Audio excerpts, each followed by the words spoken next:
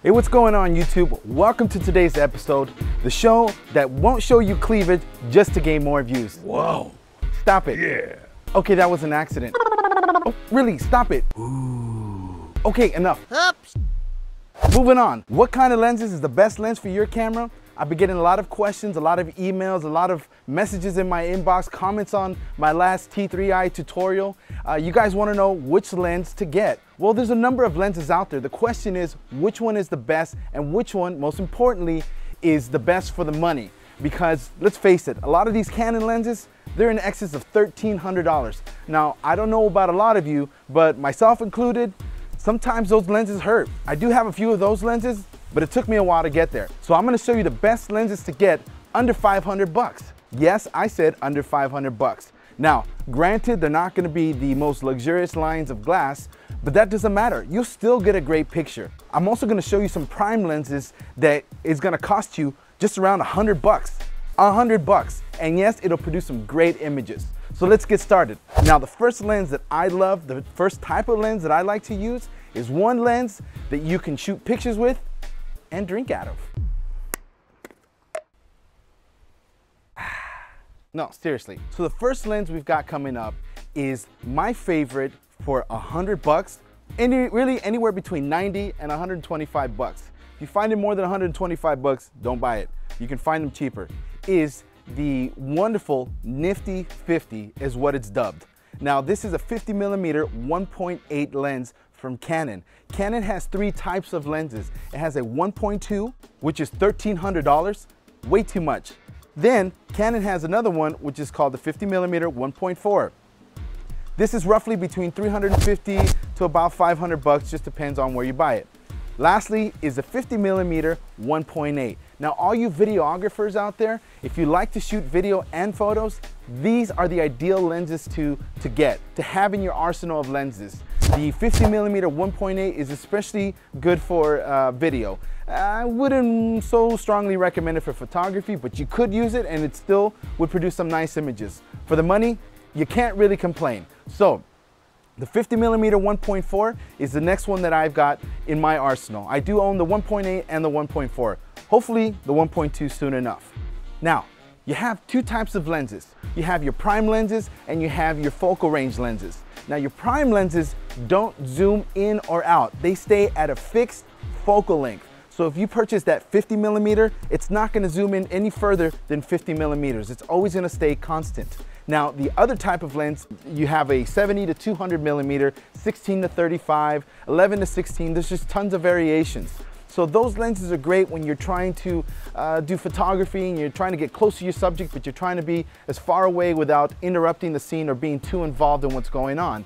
Video, those lenses come in handy as well, because sometimes you might want to get a shot that zooms in and zooms out really quick, or other times you just want a static 50mm, 35mm, 85mm lens that doesn't move. It's just a fixed focal length. Now, what is the difference between the two?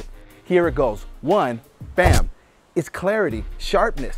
This is always going to be your trump card when using these prime lenses.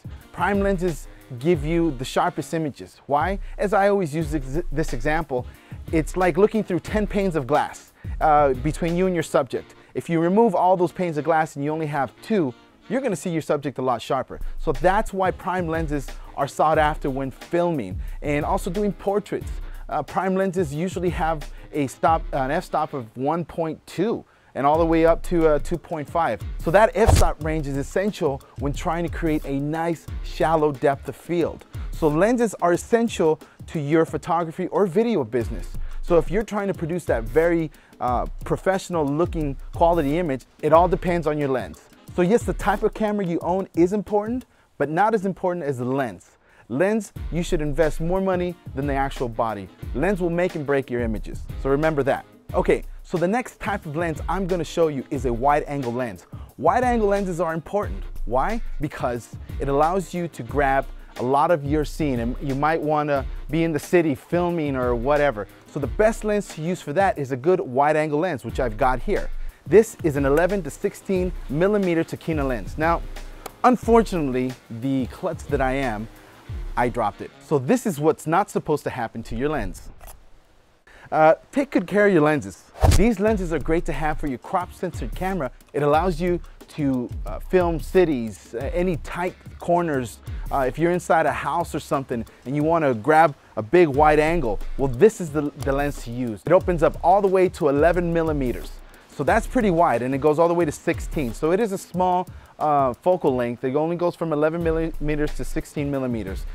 But let me tell you, it is a great lens to have for your crop censored camera. It is specially designed for your type of camera. So if you have that T3i, T2i, 60D, 7D, this is the lens to get for your camera.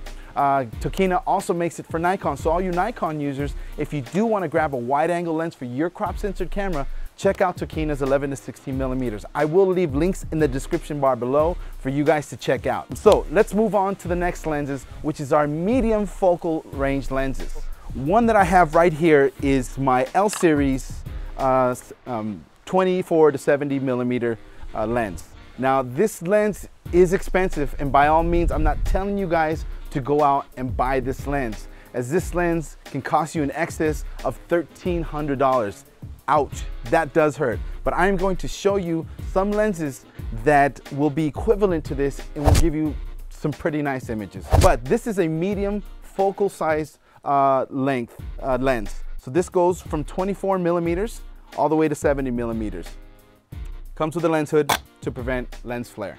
Okay, so this lens is definitely important to have within your arsenal of lenses. I hope I helped some of you guys and answer some questions with these lenses, as I know it's difficult to choose out lenses sometimes for your cameras, but these are especially good for your crop censored cameras. T-shirts are in, so if you guys like this t-shirt, oh snap, go to my Facebook page. You can purchase them right there. It would be helping me out a lot. I do this full time, so I love bringing these videos to you. So if you like what you see, please support it and go ahead and buy this t-shirt and take some pictures, and I'll put them up of you guys wearing them. I do have my newsletter that's coming out.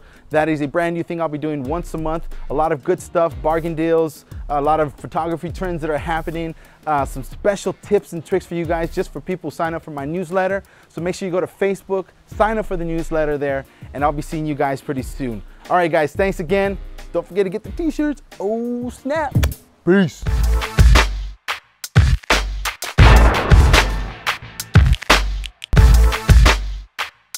Oh,